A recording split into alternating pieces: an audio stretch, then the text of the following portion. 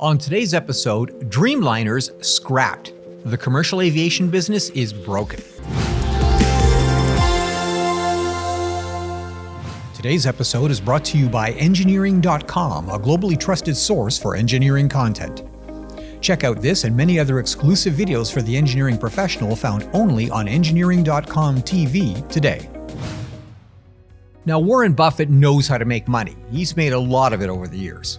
Now, one investment sector where he's lost money is in airlines.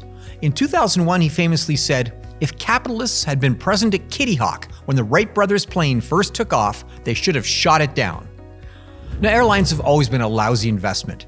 Very high fixed and variable costs and extreme sensitivity to external events as varied as conflict between nations or bad weather.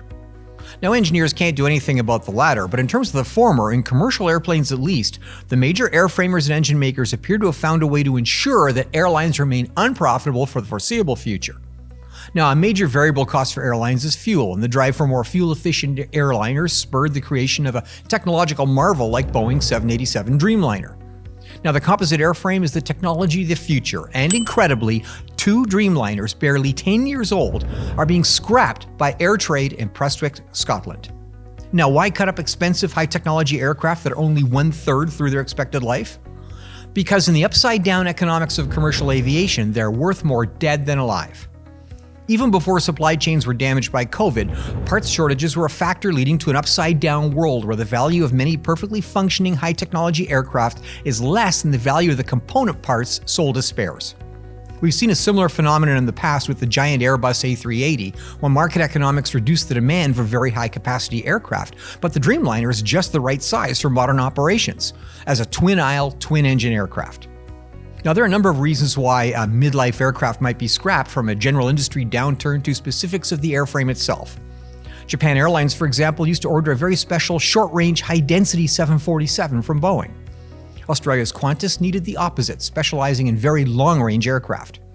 Now, those airplanes may have very limited appeal on the used market, but this phenomenon is different.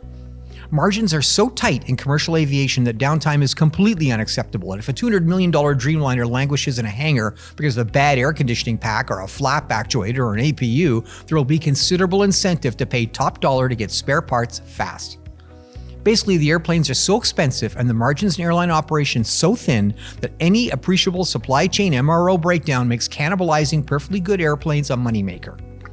Now, the economists would look at this and call this a market failure, since 2/3 of those Dreamliners' useful lives have been squandered, and every seat mile not carried by those dead airframes are now going to be carried by new-build aircraft with a significant capital cost.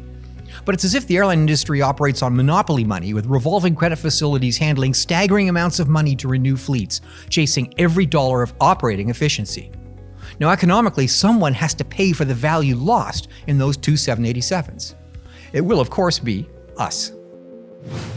Well, that's it for today's episode of End of the Line, brought to you by engineering.com.